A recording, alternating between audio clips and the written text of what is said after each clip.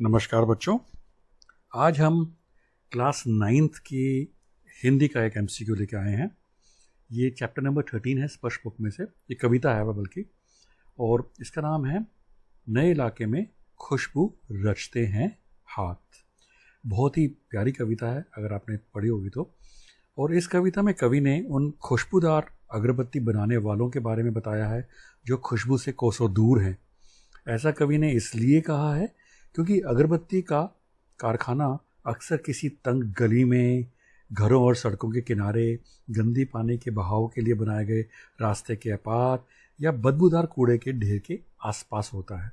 इसलिए कवि ने ऐसा कहा है। तो हम शुरू करते हैं। ये क्लास 9th का है। अगर आपको अच्छा लगे तो ये वीडियो ज़रूर लाइक कीजिए और शेयर कीजिए और चैनल को सब्सक्राइब ज़रूर कीजिए। पहला एमसीक्यू है, अगरबत्ती का कारखाना अक्सर कहाँ होता है? बदबूदार कूड़े के ढेर के समीप, घरों और सड़कों के किनारे गंदे पानी के बहाव के लिए बनाए गए रास्ते के पार, या किसी तंग गली में, या इन सभी में। तो मैंने तो ये खुद ही आपको चैप्टर की समरी जब बताई शुरू में, या कविता की जब समरी बताई तभी बता दिया। तो इसका आंसर है ये सभी है।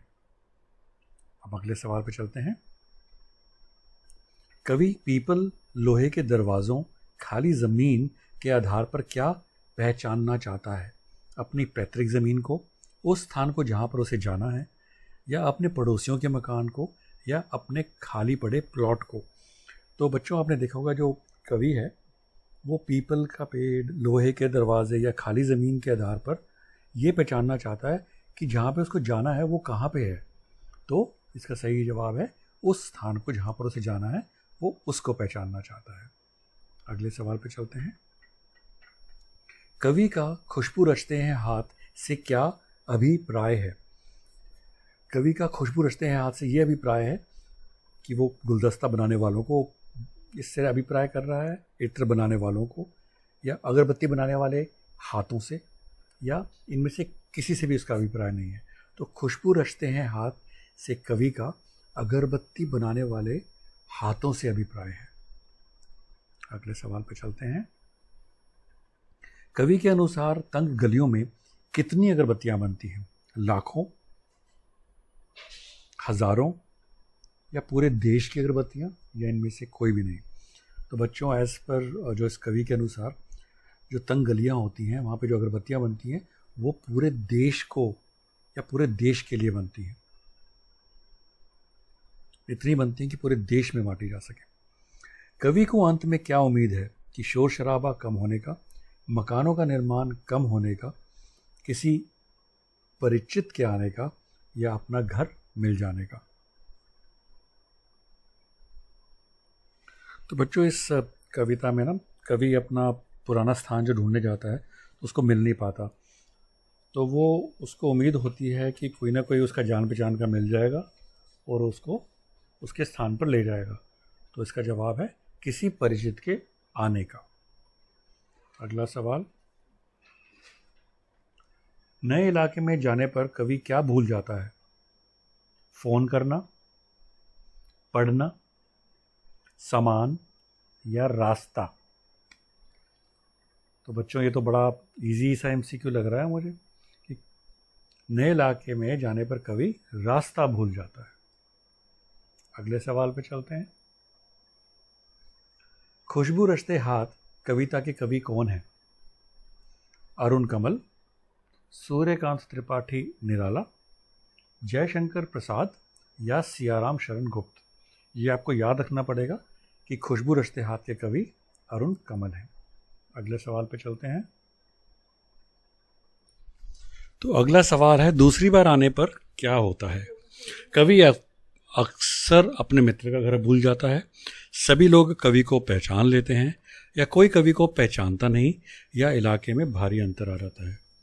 तो बच्चों इसका जवाब है जब दूसरी बार कवि आता है तो इलाके में भारी अंतर आ जाता है। अगले सवाल पे चलते हैं। रोज रोज नए बनते मकानों के कारण क्या होता है? भीड़ इकट्ठी हो जाती है, कोई भी व्यक्ति रास्ता भूल सकता है, शोर शराबा होता है, या त्योहार का माहौल होता है? इसका जवाब बच्चों है कि कोई भी व्यक्ति रास्ता भूल सकता है, क्योंकि जब रोज़ रोज़ नए नए मकान बनते हैं तो आप भूल जाते हो कि इस जगह पे पहले क्या था। अगले सवाल पे चलते हैं। पुराने निशान धोखा क्यों दे देते हैं? क्योंकि लोग उस जगह पर नए मकान बना लेते हैं, लेखक को याद ही नहीं रहता, या लोग उन निशानों को मिटा देते हैं, या इनमें से कोई नहीं। तो बच्चों, पुराने निशान धोखा क्यों दे देते हैं, इसका जो सवाल है इसका मतलब ये है कि जैसे कि मान लो कि आप अपने किसी शहर में जाते हो, वहाँ पे आप देखते हो कि यार ये घर जो है, ये इसकी जो दीवार है वो इस तरीके की है और मेरा घर उसके पास है, और आप उसके बाद कुछ सालों के बाद वहाँ आते हो तो आसपास कुछ नए मकान बन जाते हैं, तो आप वो घर ढूंढ ही नहीं पाते और आप उस निशान को एक तरीके से वो निशान आपको धोखा दे देते हैं। तो इसलिए पूरे निशान धोखा क्यों दे देते हैं? क्योंकि लोग उस जगह पर नए नए मकान बना लेते हैं। अगले सवाल पर चलते हैं। कवि के अनुसार सही घर ढूंढने का क्या उपाय है? हर इंसान से पूछना, हर दरवाजे को खटखटा कर पूछना, या किसी परिचित का इंतजार करना, या इनमें से कोई नहीं। हाँ, कविता के अनुसार जो है और कवि के अनुसार सही घर ढूंढने का जो उपाय इस कविता में बताया गया वो ये है कि हर दरवाजे को खटखटा कर पूछो और अपना सही घर ढूंढ लो। अगले सवाल पे चलते हैं।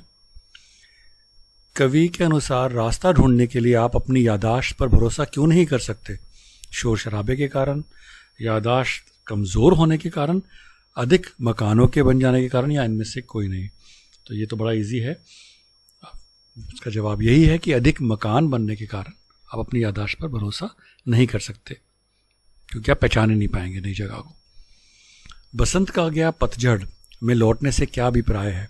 1 साल के बाद लौटना, जवानी में जाकर बुढ़ापे में लौटना, या भारी अंतर का आ जाना, या ये सारी ही ऑप्शन ठीक है? तो बच्चों, बसंत का गया पतझड़ में लौटने से मतलब है कि भारी अंतर का आ जाना। अगले सवाल पे चलते हैं। वसंत का गया पतझड़ और बैसाख का गया भादो का लौटा से क्या अभिप्राय है? नया महीना आने से, महीनों के बीतने से, महीनों के बाद लौटने से, या इनमें से कोई नहीं? और इसका सही जवाब है महीनों के बाद लौटने से। अगले सवाल पे चलते हैं। खुशबू रचते हाथ कविता में कैसे कैसे हाथों का उल्लेख हुआ है? जूही की डाल से खुशबूदार हाथों का, जख्म से फटे हाथों का, उभरी नसें वाले हाथों का, या इन सभी का? तो बच्चों, जो खुशबू रचते हाथ हैं हमने पहले पढ़ा था, ये जो अगरबत्ती बनाते हैं उनके हाथों का अभिप्राय है। उनके जो हाथ होते हैं वो इतना ज़्यादा काम करने के कारण जख्म से फटे हुए होते हैं, क्योंकि वो अगरबत्ती बनाते हैं तो उनके हाथों में खुशबू होती है और उनकी जो काम ज़्यादा करने से जो नसें होती हैं वो उभरी हुई होती हैं। तो इसका जवाब है उपर्युक्त सभी का। अगले सवाल पर चलते हैं। अपना रास्ता ढूंढने के लिए कवि किसका सहारा लेता था? पीपल के पेड़ का, पुराने गिरे हुए मकान का, या ज़मीन के खाली टुकड़े का, या इन सभी का? तो कवि है ना, ये जो जितनी ऑप्शन बताए इन सबको एक निशान बना के रखता था कि ये निशानी है और घोड़ ढूंढता था। तो इसका आंसर है उपरोक्त सभी। अगला एमसीक्यू। अगरबत्ती बनाने वाले कारीगरों के हाथ कैसे होते हैं? ये तो हमने अभी पढ़ा था, वैसे फिर से देखते हैं क्या क्या ऑप्शन दिए हैं। हाथों के नाखून घिसे हुए होते हैं, उनके हाथों में उभरी हुई नसें होती हैं, कोमल और खुशबूदार होते हैं, या ये सभी? तो अभी हमने पढ़ा था ये सारी चीज़ें कारीगरों के हाथ होते हैं, तो सभी। अगला एमसीक्यू। समाज को सुंदर बनाने वाले लोग अक्सर कैसी जगहों में रहते हैं? शहर के बीच में, अच्छी जगहों में, गंदी जगहों में, या आलीशान बंगलों में?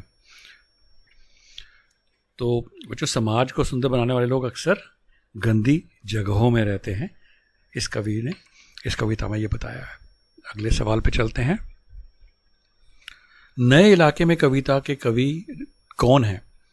नज़ीर अकबराबादी, अरुण कमल, रामधारी सिंह दिनकर, या हरिवंश राय बच्चन?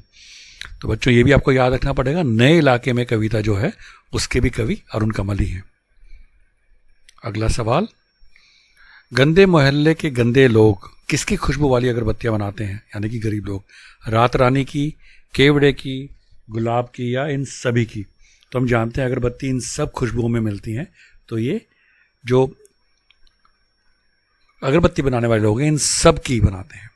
अगले सवाल पे चलते हैं। एक ही दिन में सब कुछ इतना कैसे बदल जाता है? हर दिन नए मकान बनने के कारण, शोर शराबे के कारण, या पेड़ों के काटने के कारण। तो एक ही दिन में कुछ भी चीज़ नहीं बदलती, एक दिन से ज़्यादा दिन लगते हैं कुछ भी चीज़ बदलने को या जगह को बदलने को। तो अगर मैं सुबह अपने घर से जाऊं और शाम को वापस आऊं तो मैं आसानी से अपना रास्ता पहचान लूँगा। तो इसका जवाब है इनमें से कुछ नहीं। अगले सवाल, कविता में कौन कौन से पुराने निशानों का उल्लेख किया गया है? लोहे का बिना रंग वाला गेट, पीपल का पेड़, ढहा हुआ मकान, या ये सभी? तो हम जानते हैं ये सारी चीज़ें का उल्लेख किया गया है जिसको हम रास्ता ढूंढने में यूज़ करते थे लोग। समाज को खुशबू देने वाले लोग गंदी जगहों पर रहने के लिए क्यों मजबूर हैं?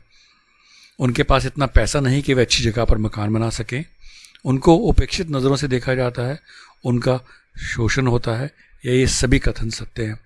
तो बच्चों ये सारी की सारी बातें सच्ची हैं या सत्य हैं, और इसलिए इसका सही जवाब है सही। कवि के अनुसार शहर में हर दिन क्या होता है? त्योहार अपनाया जाता है, मकानों का निर्माण किया जाता है, शोर शराबा किया जाता है, या इनमें से कुछ नहीं?